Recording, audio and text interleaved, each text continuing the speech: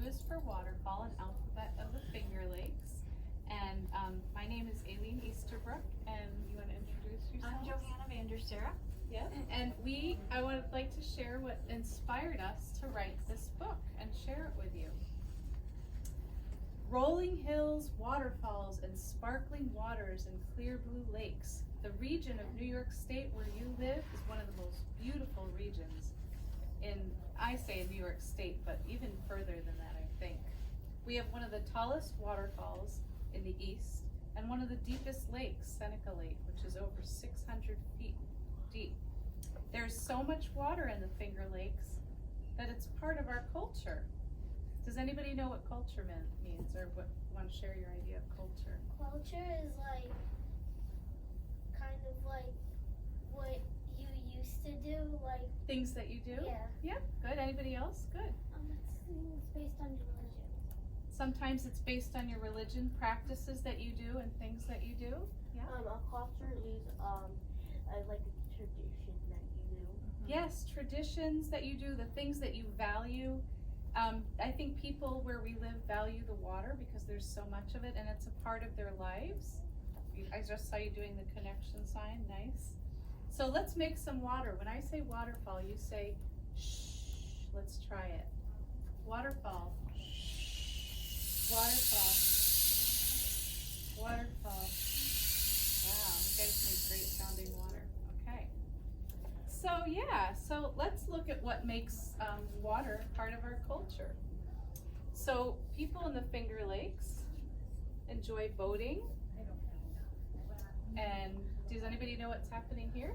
What are they doing there? Standboarding. Yeah, paddle boarding, yeah. And people and animals are drawn to the water, and water is essential to life.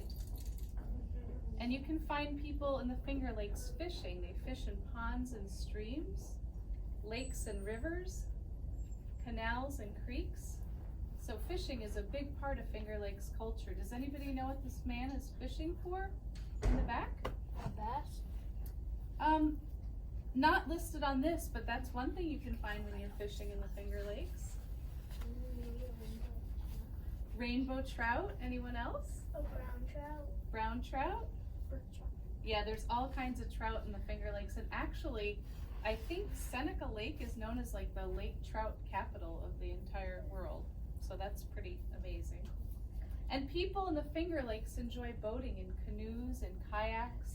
Kayaks are really a good way to get close to the water because they're easy to control and it's like you're just sitting right on top of the water. And people also enjoy boating in sailboats and tour boats. How else do you see people enjoying the water on this page? S is for Seneca Lake. Yep. Motorboat. Yes, sometimes people use motorboats. How about, what do you see here that people are doing that, yep? I see two things. Playing in the water. Yep, they're playing in the water. Sailboat. Good. Anybody else? There's a lot happening on this page. There's people in hot air balloons and there's a band playing. Yep. People are enjoying music. They're hot air ballooning. Yep. There's a riding. Yeah, oh, I'm glad you pointed that out. People enjoy celebrating on the water, the birthday parties and weddings and such. Yep. People enjoy swimming in the Finger Lakes. They enjoy swimming in waterfalls. This is Buttermilk Falls in Ithaca. This is Fillmore Glen State Park, which is at the bottom of Owasco Lake. Has anybody ever swam near a waterfall before? Yeah, I'd say, how about the lake? Has anybody ever swam in the lake? Swimming is part of our culture in the Finger Lakes. If you live in a place where there's no water, no fresh water, maybe no oceans or no lakes, it's not the same, but where we live, swimming is a big part of our culture. Yep. I'm on the last page. Oh. There was someone standing Uh, on the other thing. On a floating dock. Yeah, I've been on one of those in Canada. Oh, really? On the floating docks? Nice. Many people in the Finger Lakes enjoy hiking near the waterfalls, or just hiking around, like maybe the ponds, or there's like paths that go around the lake by the canals, and so people enjoy hiking and walking all over the waterfalls, so that's a part of our culture. I like hiking and like by the water, and I also like going to Watkins Glen and enjoying all the waterfalls. Oh yes, did you see Watkins Glen State Park on the last page? No. Let's see if it's, yeah, somebody recognized that. Does anybody else recognize that picture and might have been to that? I've been.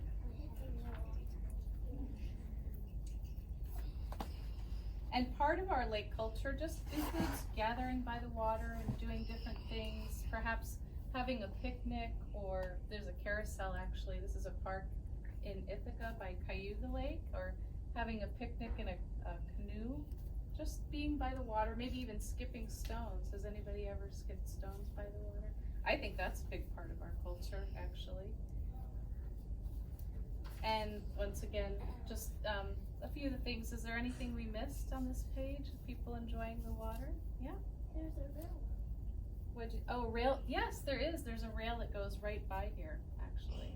This is in Watkins Glen. Yeah? Those two people up there. They Here? look like they're having like a date or something. Yeah. Oh, Yeah. There's like People do beach that in the Finger houses. Lakes. Oh, great. Lake Yeah, it's houses. yep, there's some lake houses is a bit, who said that? Yes. My friend Lake- has one. That is a big part of a lot of people's culture in the Finger Lakes. There's a lot of lake houses out there. All wildlife is drawn to the water, but especially birds, because birds are drawn to the water. Our Finger Lakes have a huge culture of birding and bird watching, people who study birds and people who enjoy bird watching, maybe taking pictures or just looking for certain birds and seeing if they can find them, and a lot of people keep track of them.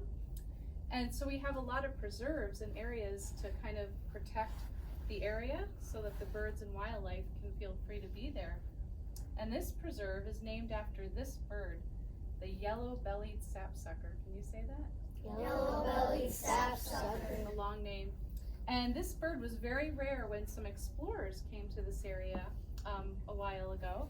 And they saw two of them together and they said, wow, that's amazing that this is here. We should protect this place so that more of these birds can come here. And this is Sapsucker Woods. And this preserve, I go there very often and I see tons of these birds. And I hear them, I hear this sound. And they're pecking holes with their sharp beaks in the bark. And when they do that, that brings the insects to the top, and that's what they eat for dinner. And so, and there's all, does anybody recognize any other kind of birds here? Up in the back? What do you, A chick. what'd you say? A chicken. A chick. I said chick. A baby. Oh, a baby chick. Oh, okay, yeah. Yeah. A gosling, yeah. What else do you see? A cardinal and robin. Yep, this is a cardinal. This is a robin's nest. And does anybody know what these ones are? A blue jay.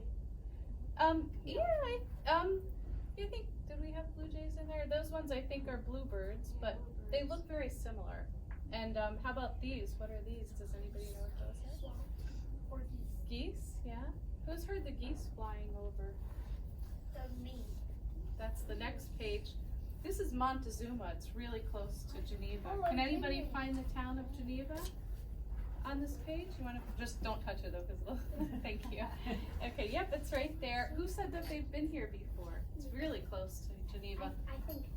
It's a huge preserve and it's a wetlands and it draws lots of wildlife and many, many birds. It draws so many birds that it's part of the Atlantic Flyway, which is like a highway for birds. And the birds travel through migrating season. Like they travel, where do you think they go when it's getting cold here? Do you think they go north or south? South. And when it's summer, then they come back up north on this Atlantic Flyway highway. And over 1 million birds travel through this area and use this kind of like as a resting place.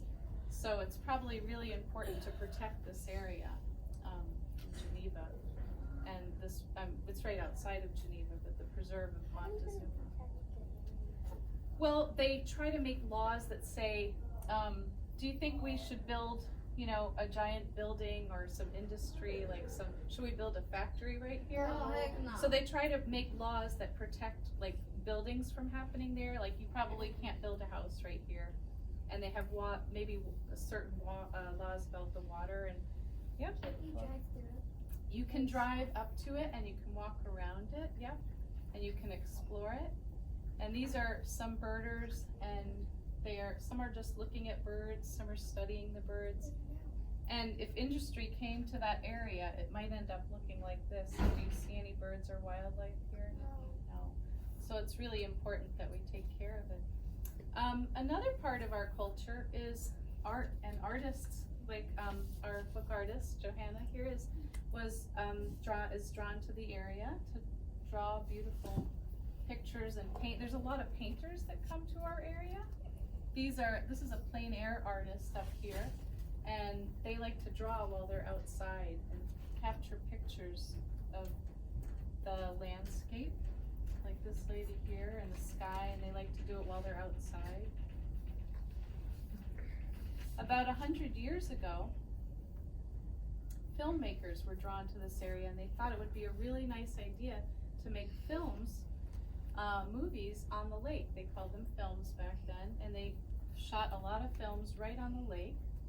And this was back when films were silent, and they had actually somebody playing music on an organ or a piano, and they actually did live stunts, and they took like a trolley car and they actually sent it over the bridge into the waterfall, because they couldn't. Nowadays we can make that type of scene with digitally, but they had to actually. What if they kept messing up? What if they messed up the scene and forgot to? They had to send lots of trolley cars over. I know. That would would be. That's so waste. Did they take it out? I'm not sure what they left behind. I mean, this was a long time ago, but yeah, it's pretty extreme, isn't it? Yeah. I think so too. He's had a look. Riding bicycles and motorcycles around the lake is part of our culture. So there's a lot of lake paths that go like near the lake, and some people actually just make a point to ride around the whole lake. Oh, I'm going to ride around Seneca today. And also agriculture is very big where we live. It's a beautiful area, and an area that's very good for growing fruits and vegetables. And a lot of farmers open up their farms so that you can come and pick some of the fruit or vegetables yourselves. Who's ever picked berries or apples? And because of all the farms, we also have farm markets, some which are right on the lake. Like this one, like the Geneva Farmers Market is right on Seneca Lake, right? And then this is the Ithaca Farmers Lake Market, which is right on Cayuga Lake. And all those farms also make it a good place for food festivals, like grape festivals and apple festivals. Has anybody ever been to a festival that celebrates grapes or apples? Yeah. Anybody want to share their experience? This is a really neat activity at one of the festivals. They have a giant vat full of grapes, and they let the kids take off their shoes and stomp the grapes to make juice. Yeah. Question. So what is on every page? That's a good question. Who thinks that, she asked if there's, this is like a direction sign, one of these on every page. Has anybody had a chance to look at the book much? Or, yeah? There is. I know there are on a few pages, and Geneva's on here. You want to point out where you see Geneva again? Yep, and this is showing where Glenn Curtis Museum, different glider rides, because these are all things. This was the G page that began with G. Glass Museum. What's a Oh, that's a good question. It takes place in Elmira, and there's a hill, and what it is it's motorless flight. So this is a plane, it doesn't have a motor, and it's super light. And so it needs like a lead plane, and the lead plane goes really fast, and it's attached to the glider, and then once the glider's in the air, it unattaches to this plane, and the glider just floats on the air currents. How do you get out? You have to kind of follow the air currents. It's I tried it once. it's interesting. Is it scary? I wasn't scared. It might be How for did some. you? So it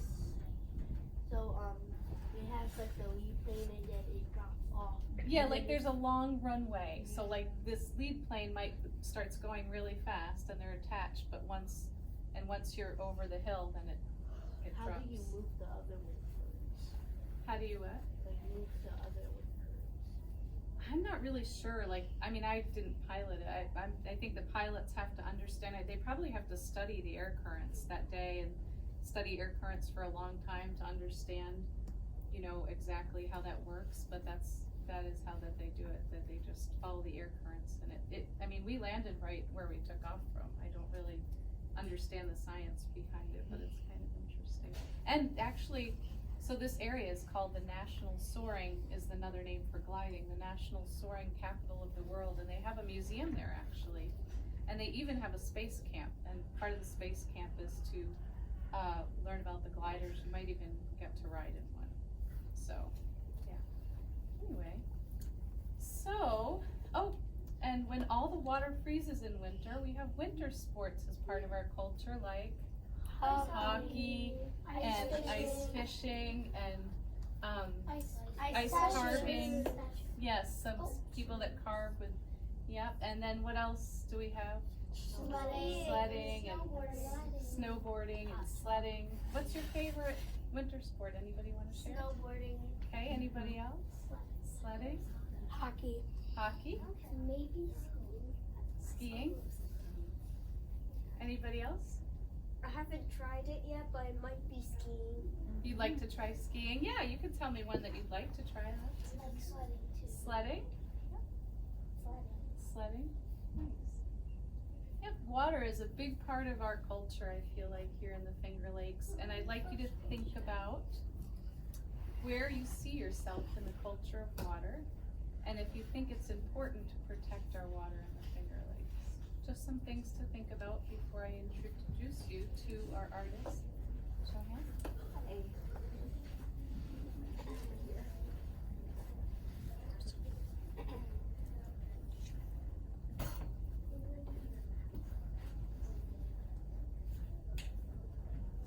So, drawing was always kind of my thing. How many of you guys like to draw? A lot. So that's gonna be my thing, drawing and painting. But like I told the other group that was in before you, when I was when I was your age, I wasn't an especially amazing drawer. I was just kind of like normal at it. I just liked to do it. And you know, my teachers and my other classmates didn't always, you know, come up to me and say, "Oh my gosh, Joanna, that's so good. You're gonna be an artist someday." It wasn't like that. I was just normal at drawing. So the way I got good at it was practice, practice, practice. But it was because I liked to do it. It didn't feel like work to me. So I always like to start my talks with a little motivational couple of words that says, whatever you like to do, you can get as good at it as you want. It doesn't matter if it's dance, doesn't matter if it's the violin, doesn't matter if it's ice hockey. With practice, you'll get better and better and better. So I'm going to talk about making a book from. My talk is less about the region because our author filled us in about our region, but my talk is more about how to make a book. So first, as an illustrator, we just get the words, and so I usually, when I get a story, I just print it out on regular paper, and I just sit down on my couch with a cup of hot chocolate, and I just read it a few times and try to get some ideas of what I think the characters would look like or what my art might look like. In this case, our author Aileen this is a nonfiction book, so there was a lot of things that I needed to draw that were just straight off the bat, like I knew I had to draw on there. And so this does not always happen this way when an illustrator makes a book. Usually a publisher would hire me, and I would most publishers are in Manhattan, so I usually just kind of like keep in touch with them over email, barely ever phone call, but this was a very special case because Aileen's a friend of mine, so we actually were able to get together in person and talk about what she wanted and how my work was coming along. This is a part of that piece I just wanted to show you. This is my style. My style likes to do a lot of detail. That's just my style. You guys know from growing up, from being little, you probably read more picture books than you do now, but in picture books you can have any kind of style, but this is my style. So everything I talk about is going to be how anybody would make a book, just keep in your own mind that you're not always making a book with your friend. If you get into making books, it's usually you find a publisher and they will match an author with an illustrator. We could be living at totally ends of the country or the world from each other. So this is a piece of that illustration where those words. Raise your hand if you can tell me what's different about this top part of my picture where the words ended up going versus the bottom part. There's no wrong answers. What do you think? The top has like less detail. Yep. But the bottom has like all the curves in the wood and all the details. But Yeah. the top is really just a few different blues, some birds I think, and some hills and a plane. Yeah. Yeah. Do you want to add to that? The top is less detailed because it's farther away. Yeah. Oh gosh, you guys nailed it. Yes, the top is less detailed. It's further in the distance. The colors are softer. There's only a few different colors. It's got less curvy stuff. You want to add one more thing? I have a question. Okay. Those are Alpenhorn players. They're part of this grape stomping festival that happens at Lucas Vineyards. So this brings me to to 2 points. Number one, you guys already have been pretty good at noticing that like one job of the illustrator is to plan their piece of art, plan their painting so that where the words go needs to be less busy. One of the younger kids in the group before you guys was like, well, you don't want the words to mess up the picture or the picture to mess up the words. I was like, yeah, good. And so this brings me to the other part with these Alpenhorn players and the people dining and drinking grape juice and wine and the people stomping the grapes and a woman dressed up in like old-timey, I don't know, grape festival clothing and all the vineyards. Like one thing that made me kind of intimidated or nervous about doing this book was I've done many books before I did this book, but this, of all the books I've ever done, this book had the most information in it, visual information in it. When I first met with Aileen, she was like, Johanna, this book is gonna be longer than the average picture book and it's gonna have everything you can possibly conceive of the Finger Lakes region packed into it. So I knew I had to draw a lot more than I normally do, and especially people. Like usually I'm pretty good at animals and plants, but I had to draw a lot of people. I had to really build up those skills, yes. What was the first book you ever made? The first book I ever made, this is kind of funny and silly and related to almost nothing, but it was a book on furniture refinishing. A book on furniture refinishing. Yeah, I didn't know anything about it either. But I came up with this character who tied her hair back in a bandana so she wouldn't get furniture dye on her, and she rolled up her jeans and she used different types of chemicals, and I had to show the different steps of working with furniture, and it was hard for me too because I didn't know anything about it. But as an illustrator, if any of you guys are interested in being an illustrator, you really do get time to research everything that you're gonna do. That jumped ahead like crazy, sorry guys.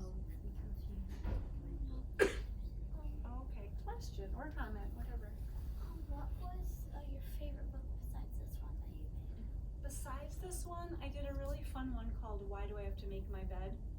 It's kind of a comedy and it's kind of a history book, and it's younger than your guys' level, although you guys might enjoy it. It's about chores through the ages, but it's funny. Let me get further to my presentation, then I'll take another question or comment, okay? So this is what I would call a sketch, and I just do my sketches with plain old No. 2 pencils, just like you guys use, and plain old white printer paper, the cheap kind.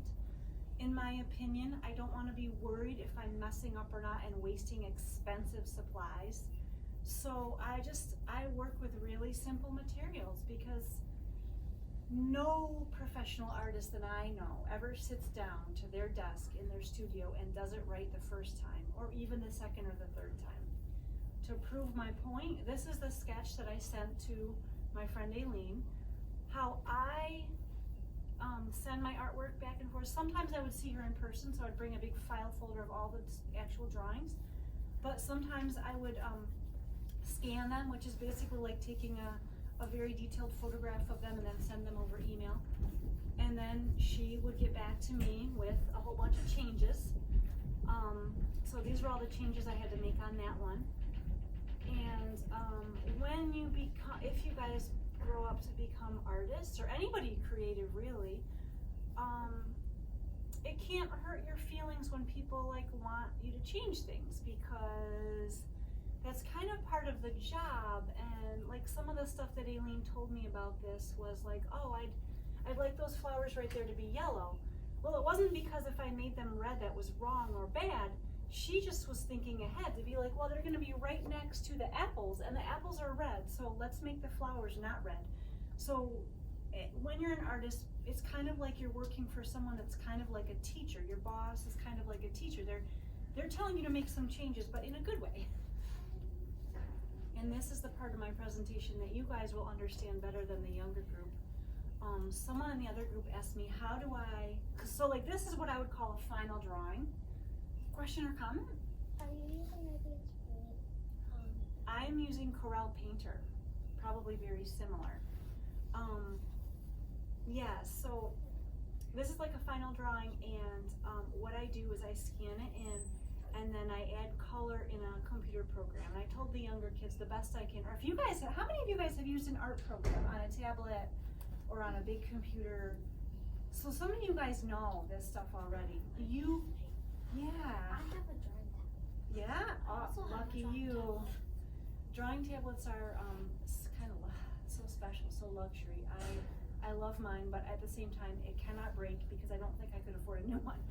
But long story short, these drawing and painting programs let you add colors and textures and change things without ruining your original paper or your drawing. Like this is just a digital version. Yeah, I can basically click the back arrow and undo. And in fact, I did that with this one. When I first started adding color, I tried out a nice tie-dye shirt on this lady because I was telling the younger kids, like, this is the Ithaca Farmers Market, and in Ithaca, lots of people wear tie-dye. It's kind of popular. Question or comment? Have you ever made an animation before? Only a tiny bit when I was in college. Animation is very time consuming. I wish I knew more about it. Let me take more questions and comments in a little bit. So ultimately I decided I didn't want this girl's shirt to be tie-dye because there were so many colors going on in the final piece that I needed her shirt to be white. That's the final piece. I painted it digitally, and the other thing I was gonna say about the digital program is it let me really zoom in and fix my mistakes. Like we all know that when we draw or do anything, even build with Legos or whatever, we make mistakes, but this allowed me to zoom in and fix my mistakes. It made me feel very confident. And when I told Aileen, I was like, I want to do this digitally because there's gonna be so many details on each and every page of this book. I want to be able to work in a very fine-tuned way. I wanna get the details in, but I wanna get them right. Let me skip ahead a little bit here. So again, people, details, I had to really practice people. Here I am adding color. It was super fun to do this book because I could just like, you know, Aileen and I, when we talked about the Finger Lakes region, she's like, think about it, Johanna, there's always people of all different backgrounds, all different colors, all different cultures coming together in the Finger Lakes region. And I was like, yay! And so it was really fun to make the people all looking unique. Raise your hand if you know what this town is. It's not Geneva. Anyone know it? It's kind of close to Geneva. What do you think? Seneca? It's on Seneca Lake, and it's a town at the other end of Seneca Lake. What do you think? Watkins Glen. How many of you guys can recognize, have ever been to Watkins Glen? The races are there, the car races. I didn't go to Watkins Glen. I had to find a place. So you were passing through. There's a lot happening in Watkins Glen, especially in the summer. That's this page. Again, with the detail, I was able to zoom in and make even this person shows up this tiny on the page, but I got pretty obsessed with detail during this book. I was going to mention a couple things about how to draw and paint water. Water's probably one of the hardest things to draw or paint. Anybody given it a try, drawing or painting water multiple times? Good for you. I feel like it's highly frustrating, but if you can do it, it's very satisfying. So with this one, I started off with a lot of photographs. My author friend Aileen emailed me tons of photographs of all the different waterfalls she wanted me to draw and paint. Then I started thinking about them in sketch form. And as you can tell, when I'm sketching, I'm not worried too much about detail. I'm just trying to put stuff there. My people kind of look like stick figures. Yeah, question or comment? The thing I do to like draw water is I get like a picture of like water that I'm trying to draw. Yep. And then get me a paper and then get some light to go through it, and then I can see the original picture, and then now I can draw all I the see. details. I see, kind of like tracing, and then you get a sketch down. What do you think? This is from what you said earlier, and it's kind of a little bit, but you said that you like to draw animals, but I can't draw dogs. I can draw spiders and cats. Oh my gosh. and stuff, but I can't draw. I want to save a minute at the end and find out what you guys like to draw. One more question or comment for this part. Earlier you said that you only did animation once. I have a computer and a phone at home, and I have FlipaClip on my phone. FlipaClip, is that an animation program? Yes, and Amazing.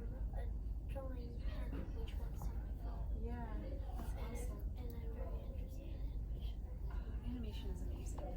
And I think you've got to have the skill of drawing and the skill of being very patient.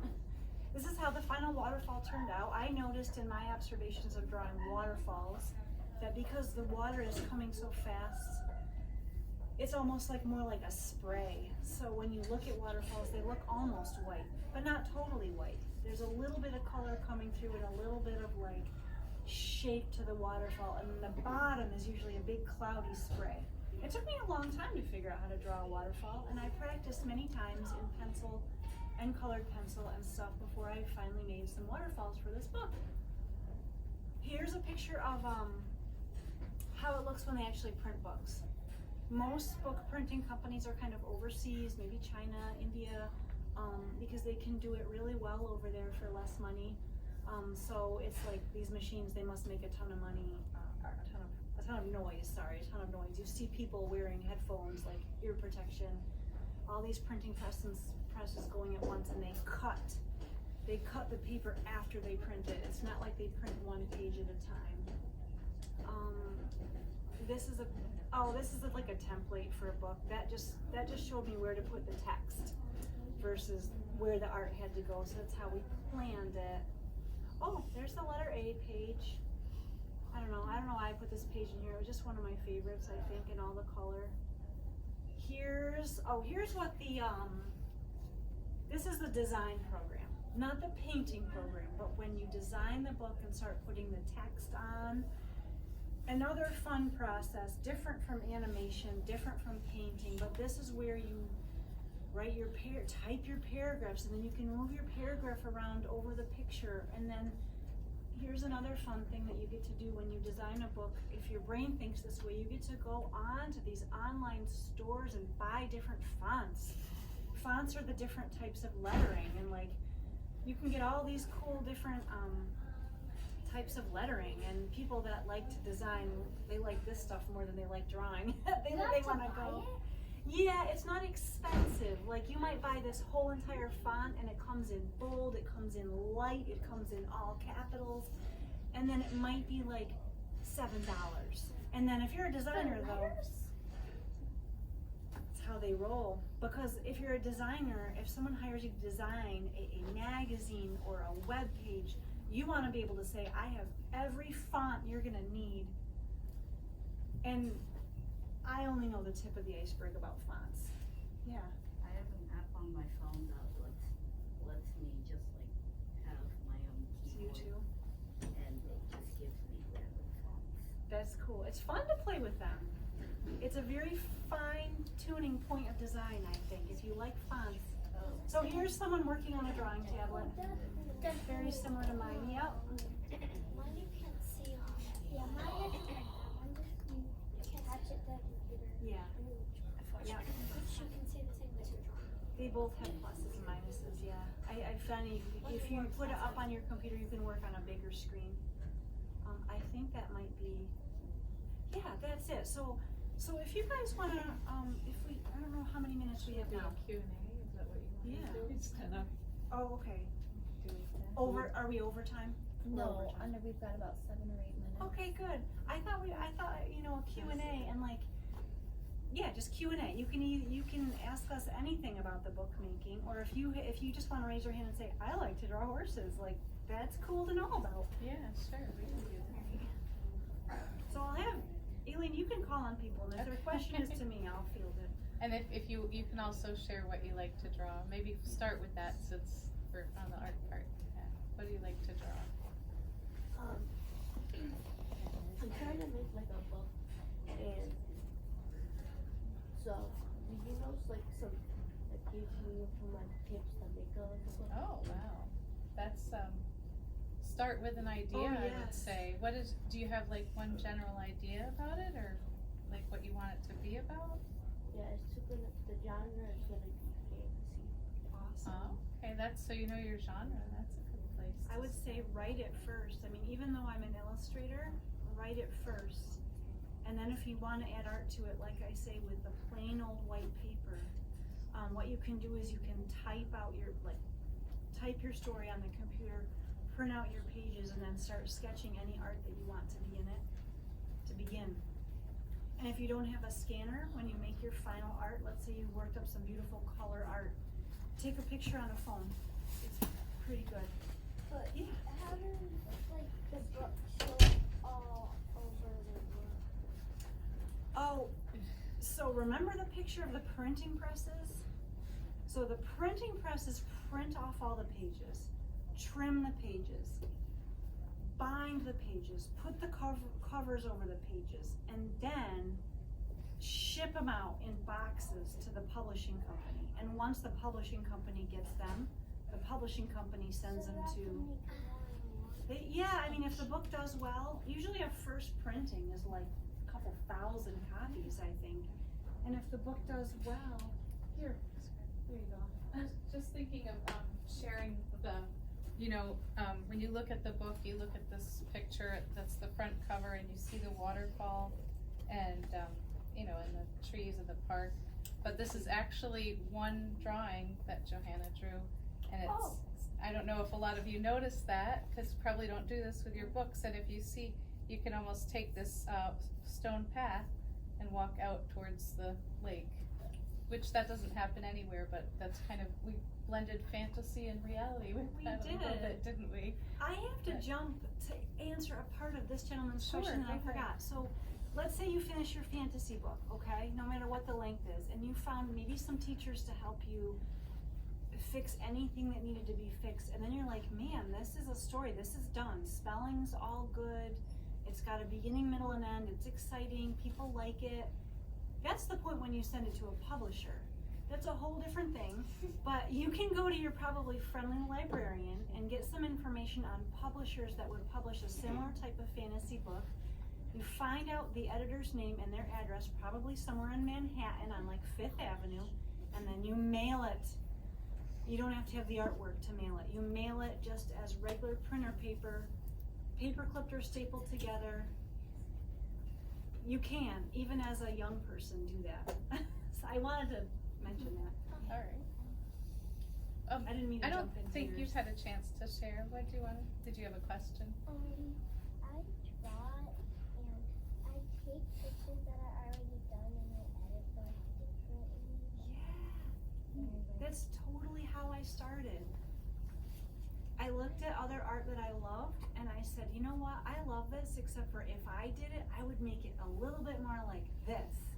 That's exactly how I started. Am I calling you? I'm in the back, yeah?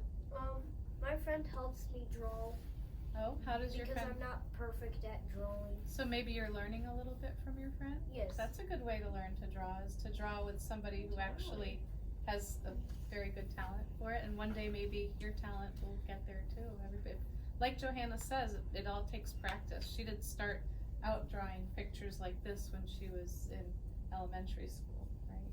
No, my It took a drawings lot of were practice. more normal. Yeah. Yep, up front. I'm just gonna ask about what she said. Does it cost money to get it? The way we did it, it did cost money because we had a very specific idea and we got together. But let's say you wrote something, well, or drew something, and Does it cost money? it does cost money when you want to print something. But if you're an illustrator, I guess I'll try to sum it up in like a couple sentences. If you're an illustrator, what you do is you have a whole bunch of drawings and you show publishers like what your drawings normally look like. And then they might buy a story about the Finger Lakes area. And then they call you or email you and say, do you think you can make some art for this? Then yes, they pay you. Like I got paid for my part of this book. Okay, we can take probably 2 more questions. Yep. I'm making a Netflix series and I already have the first book finished. Since my dad is an architect, he has a bunch of printing supplies and stuff. So he did it for free. And it's called The Core. It's a horse. Wow, cool.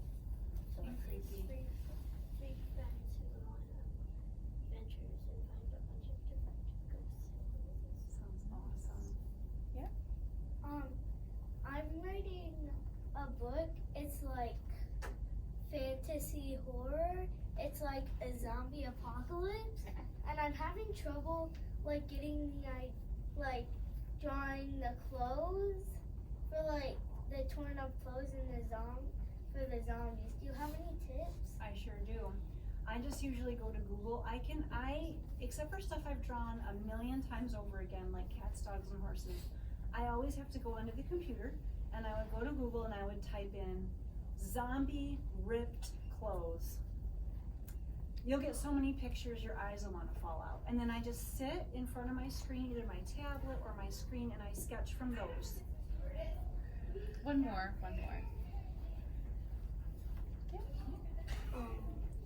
Where did you get is that a tablet that's made for sketching? That is, yeah. I don't And know where what did you brand. This is not mine. That's called XP Pen. I have a huge There's a lot of tablets you can get made by a lot of different brands, and I guess if you were to go onto a computer and research tablets, you would call them tablet, like a tablet, drawing tablet, art tablet, animation tablet, something like that, and then believe me, the companies will be very happy to tell you all about their products. They probably even have videos that you can play that will show an artist using it and explaining what they're doing and how they're doing it. Very cool. Well, thank you guys for coming, and let's make water one more time before you go. So when I say waterfall, you say, when I say waterfall, you say, all right, thank you so much for coming today. Before you get up, I'm being curious because I heard a lot of you have been writing books. How many of you, I consider that being an author, how many of you are an author, have written? Very That's cool. great to hear. How about, have you illustrated books? How many of you have illustrated a story or something? Cool. All right. Let's give our authors and our author and illustrator a round of applause. Okay? Wonderful.